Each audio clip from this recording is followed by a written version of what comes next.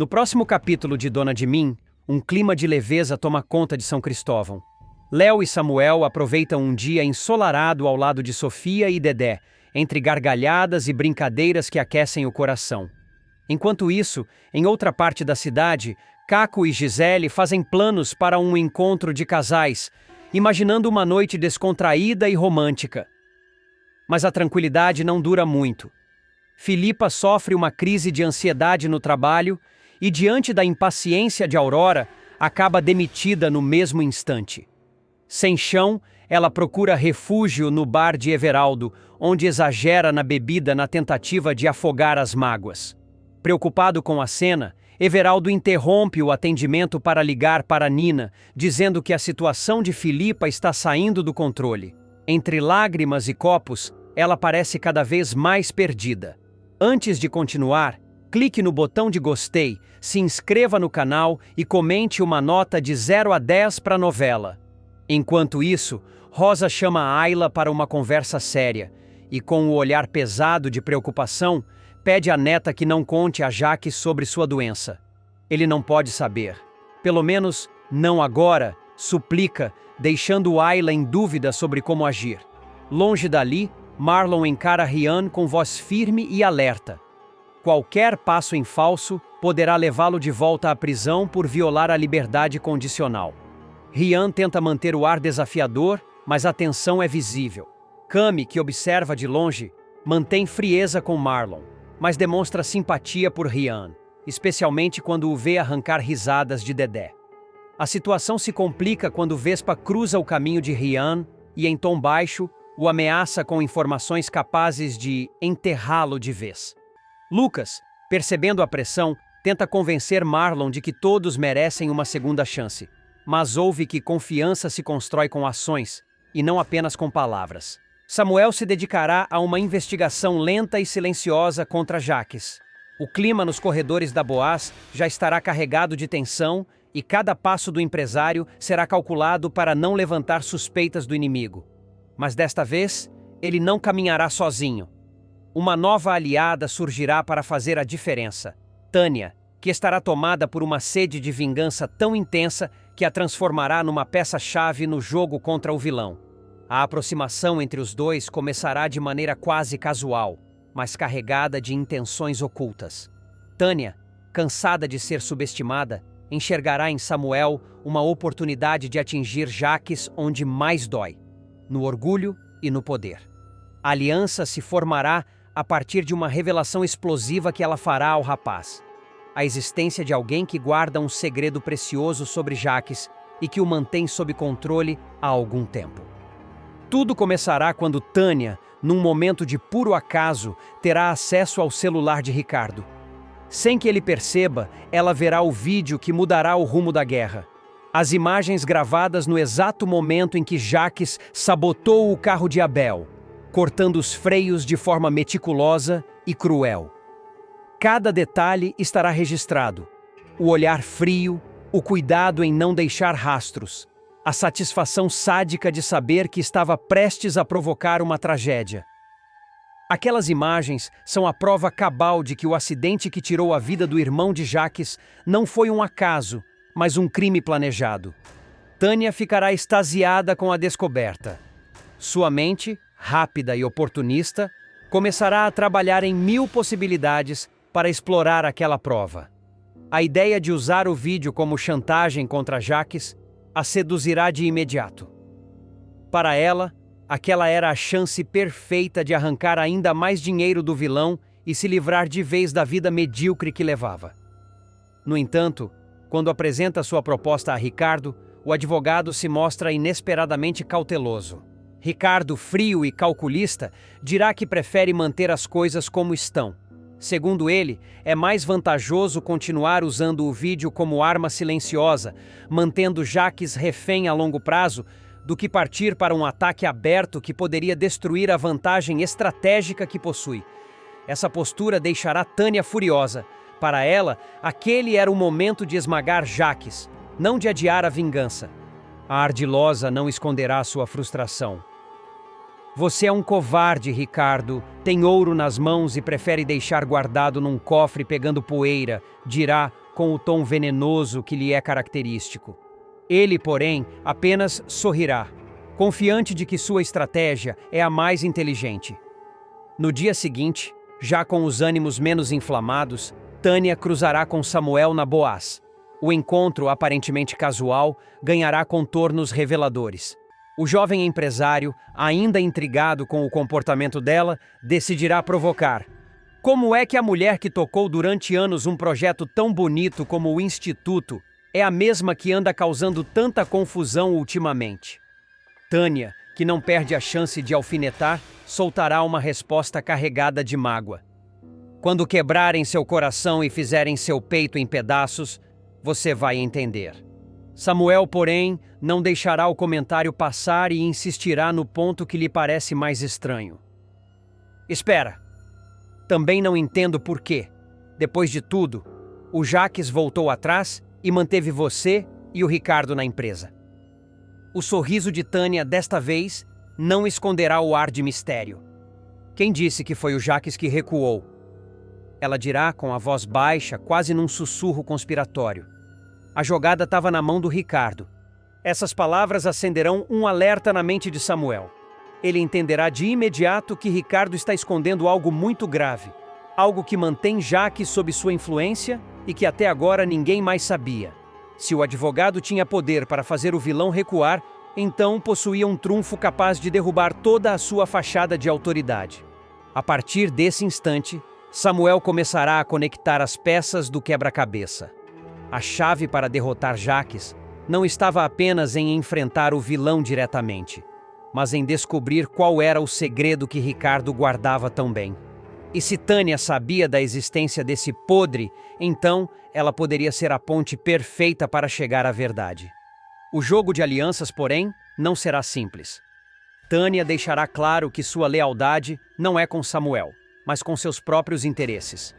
Ela deixará escapar que pretende agir contra os dois vilões, Jaques e Ricardo, e que, quando tiver o que quer, desaparecerá com o dinheiro que conseguir arrancar deles. Enquanto isso, nos bastidores da Boaz, o clima ficará ainda mais sombrio.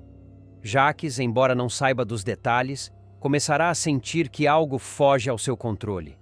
A tensão entre ele e Ricardo aumentará, e cada reunião será marcada por olhares atravessados e frases de duplo sentido. O vilão perceberá que sua influência não é mais absoluta e que sua coroa começa a pender perigosamente. Samuel, por sua vez, passará a adotar uma postura ainda mais discreta. Ele fingirá indiferença, mantendo a fachada de que está focado apenas no trabalho, enquanto secretamente investiga cada passo de Ricardo. Tânia, astuta, jogará dos dois lados, alimentando a curiosidade de Samuel com pequenas pistas e, ao mesmo tempo, tentando arrancar de Ricardo uma oportunidade para colocar suas mãos no dinheiro. Essa revelação fará Samuel perceber que o crime pode envolver mais pessoas do que imaginava e que a rede de corrupção e traição que sustenta Jaques é muito mais ampla. Ao mesmo tempo, Tânia começará a arquitetar um plano paralelo para colocar Jaques e Ricardo um contra o outro, provocando um racha definitivo na aliança deles. A cada passo, o perigo aumentará, pois, se Jaques desconfiar do que ela sabe, não pensará duas vezes antes de silenciá-la para sempre. E enquanto a tensão cresce, Samuel terá que decidir: continuar jogando no campo da paciência, como Ricardo, ou aproveitar a impulsividade de Tânia para atacar o vilão de frente antes que seja tarde demais.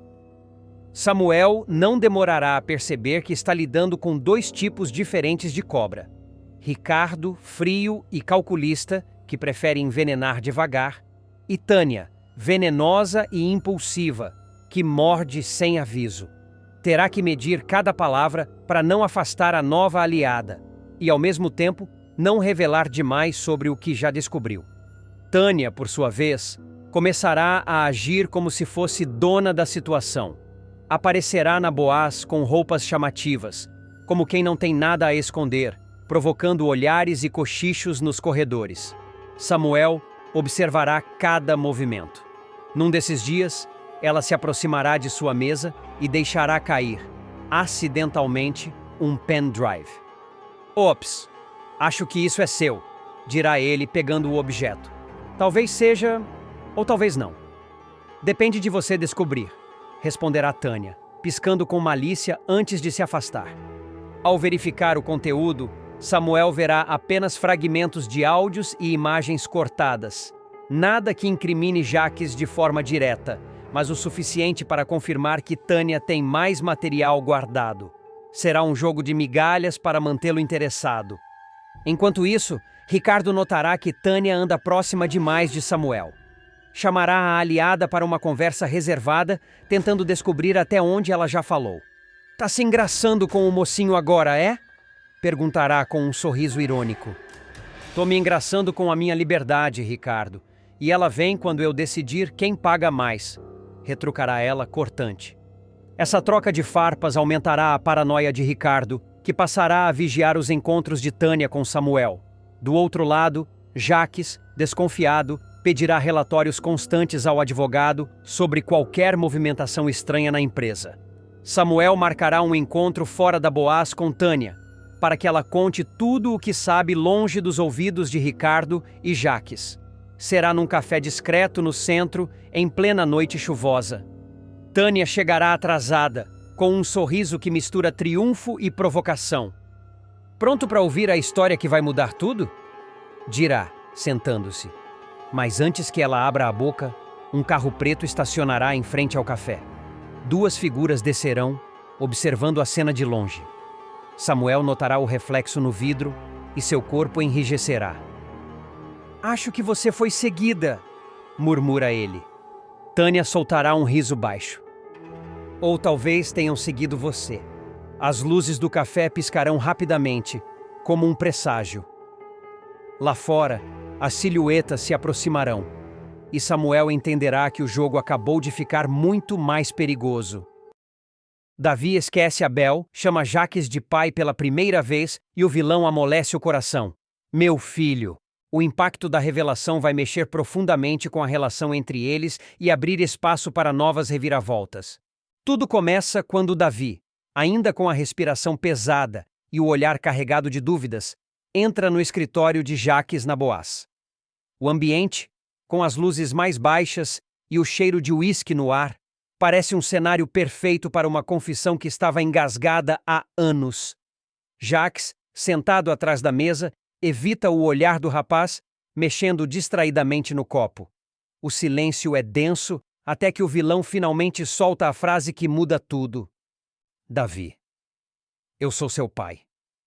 O jovem arregala os olhos, sem acreditar no que acabou de ouvir. Como é que é? Jacques se inclina para a frente, apoiando os cotovelos sobre a mesa. Sua voz, por mais firme que tente soar, carrega uma sombra de arrependimento. Abel, ele era estéril. Isso ninguém sabe. No passado eu tive um caso com a Olívia, sua mãe, a primeira esposa do meu irmão. A revelação cai como um trovão no coração de Davi. Ele se recosta na cadeira, respira fundo, leva a mão ao rosto. As palavras parecem ecoar dentro dele, como se tudo começasse a fazer sentido de repente. Então, ele engole seco. Quer dizer que eu e a Ayla, a gente é filho seu? Jacques confirma com um aceno lento, o olhar pesado de quem carrega o peso de um segredo há muito tempo. No primeiro momento, o choque paralisa o rapaz, mas aos poucos, uma estranha serenidade toma conta dele. É como se a peça que faltava no quebra-cabeça de sua vida tivesse sido encontrada. Ele sorri de leve, quase sem perceber. Eu acho que entendo agora. Jacques o observa, surpreso pela calma. Entende o quê? Porque o Abel sempre me tratou diferente. O Samuel ele aceitou, mas eu nunca. Sempre teve uma distância, sempre aquele olhar meio distante. Agora, tudo faz sentido. O tom magoado de Davi deixa claro que, por mais que aceite a revelação, há feridas antigas ainda abertas. Jacques, percebendo o risco que corre, se apressa. Davi, ninguém pode saber disso. Eu prometi para Olívia. Nunca contei sobre esse caso para ninguém, nem para o Abela. Você não imagina a confusão que isso pode causar. Davi encara o homem que agora sabe ser seu pai biológico. Há um misto de respeito e desconfiança nos olhos dele. Tá, mas e a Ayla? Ela sabe? Não. E é melhor que continue assim. A conversa muda de tom. Jacques abre uma garrafa de uísque e serve 2 copos, empurrando um deles para Davi. Pelo menos agora a gente pode brindar como pai e filho. O rapaz segura o copo, hesita por um segundo, mas acaba aceitando. Os dois bebem juntos e um clima mais leve começa a surgir. Davi pega a guitarra que costuma deixar encostada no canto do escritório e começa a dedilhar alguns acordes, mas, de repente, uma das cordas arrebenta com um estalo seco. Putz, foi mal, pai. O pai escapa de forma natural e Jacques congela por um instante, absorvendo aquela palavra que ele nunca imaginou ouvir. Um sorriso discreto surge em seu rosto. Relaxa, essa foi a sua primeira corda arrebentada. Guarda que dá sorte.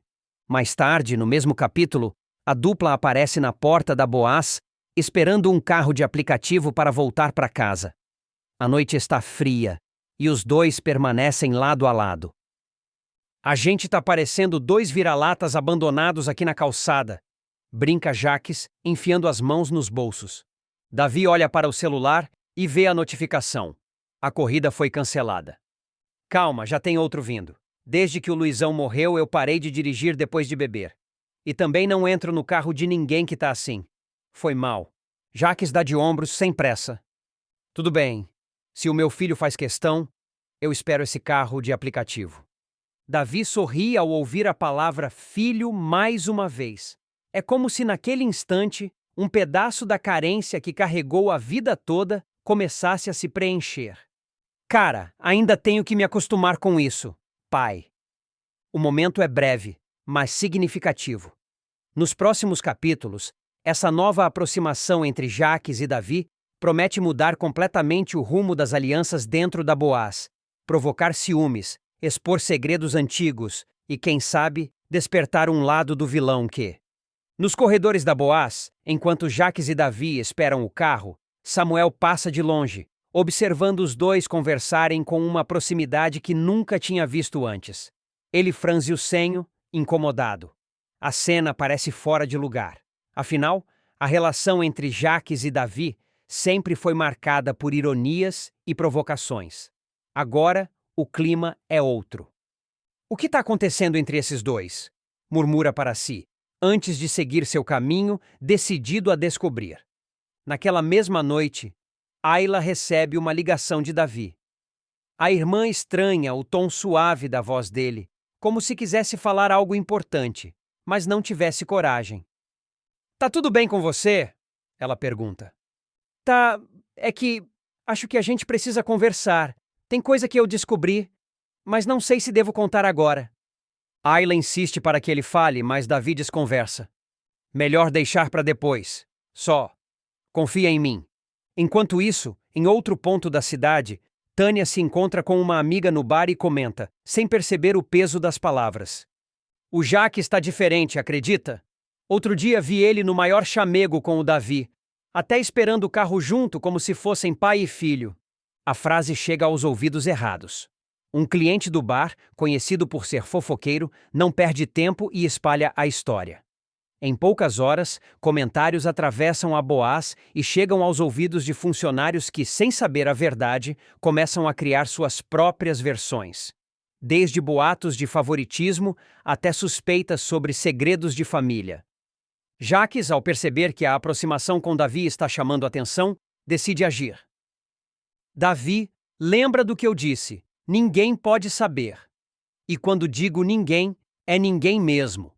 Mas o rapaz, apesar de prometer, não consegue esconder o brilho no olhar sempre que o chama de pai. Pequenos gestos começam a denunciar a mudança. Uma conversa mais demorada, um conselho que antes seria rejeitado, um almoço compartilhado no refeitório. Nos próximos capítulos, o clima de mistério vai aumentar. Samuel começará a investigar. Ayla desconfiará que algo grande está sendo escondido dela. E Tânia, movida pela curiosidade e pelo ressentimento, poderá ser a primeira a juntar as peças desse quebra-cabeça perigoso. E quando a verdade ameaçar vir à tona, o passado de Olivia voltará com força, revelando muito mais do que Jacques está disposto a admitir.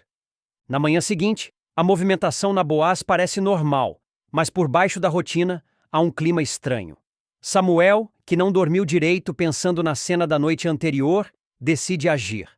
Ele chama Ayla para um café no refeitório e dispara. Você reparou que o Davi e o Jacques estão diferentes? Ayla, surpresa, responde. Diferentes como? Mais próximos. E não é aquele mais próximos normal. É outro tipo de coisa. Quase como, sei lá, como pai e filho. Ayla dá uma risada curta. Você tá viajando. O Jacques e o Davi não se suportam desde sempre. É, mas algo mudou. E eu vou descobrir o quê. Enquanto isso, no escritório, Jacques recebe a visita inesperada de Tânia. Ela chega sem avisar, com um sorriso falso e um olhar afiado. Fiquei sabendo que você e o Davi estão inseparáveis agora, diz deixando a frase no ar. Jacques se recosta na cadeira, estudando cada movimento dela. Você anda ouvindo demais o que falam por aí, Tânia. Cuidado para não se queimar.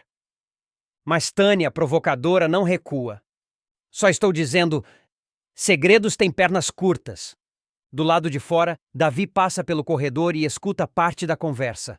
O coração acelera. Ele sabe que se Tânia desconfiar, não vai descansar até arrancar a verdade, nem que para isso tenha que destruir todo mundo ao redor. No fim do dia, Davi e Jacques deixam a Boaz juntos novamente. No caminho, o rapaz percebe que um carro preto o segue por alguns quarteirões. Pai, você tá vendo isso? Pergunta, num tom quase sussurrado.